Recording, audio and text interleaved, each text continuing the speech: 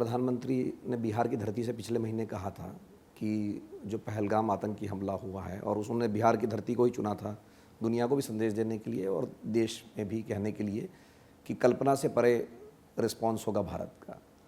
तो रिस्पांस तो हो गया, लेकिन फिर सीज़ फायर भी हो गया। तो इस पर विपक्ष सवाल उठा रहा है कि भाई सीज़ फायर क्यों कर लिया भारत ने। देखिए, वो मेरा जिला था जी, मधुबनी जी, जहाँ प्रधानमंत्री जी जा कर के और पहली बार बोले पहलगाम घटना के बाद, तो उसी बिहार के मधुबनी जिला में मिथिला से उन्होंने कहा कि हमको लोग कल्पना से परे हम सजा देंगे, और ये करके दिखाया।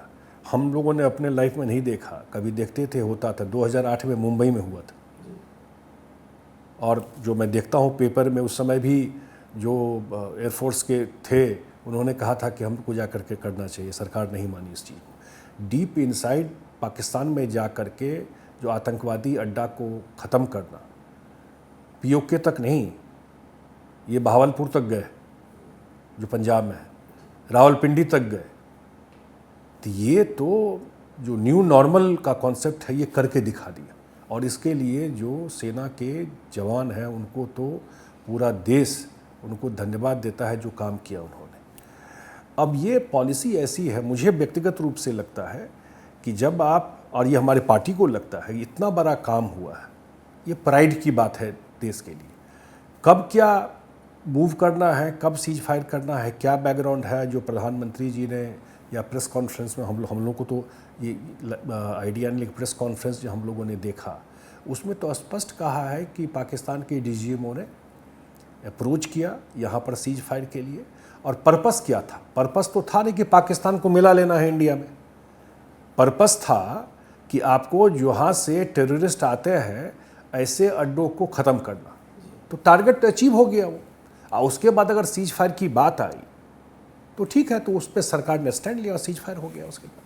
तो बिहार चुनाव में इसका राजनीतिक फ़ायदा आपको होगा? मुझे नहीं लगता है कि इसको बिहार चुनाव में, तो हम लोग अपने काम के बलबूते और भविष्य में जो काम करेंगे उसी के नाम पर लेकर के जाएंगे। और जब देश के में जब खतरा, ये भी बहुत बड़ी बात है, मैं ऑल पार्टी मीटिंग में भी गया था और जब देखा, ये इस देश की सबसे बड़ी बात है, सारी पार्टी और सारे लोग, 140 करोड़ लोग, जब देश की सुरक्षा की बात आई तो सारे देश के लोग एक साथ खड़े रहे इस चीज़। और प्रधानमंत्री का इसमें रिमार्केबल काम हुआ है, जिस तरह से वो एयरबेस में जा कर के भाषण दिए है, जिसको चला दिया उस एयरबेस को ही ख़त्म कर दिया, गलत बता दिया था कि इतना बड़ा, बताइए कि उस ये अब बड़ी क्लियर कट मैसेज दिया है कि भाई आतंकी संगठन या आतंक देने वाले को सपोर्ट करने वाले सरकार को हम एक ही तरह से देखेंगे। जो सरकार भी अगर वहाँ पर आतंकवाद को सपोर्ट कर रही है तो मेरे लिए वही है।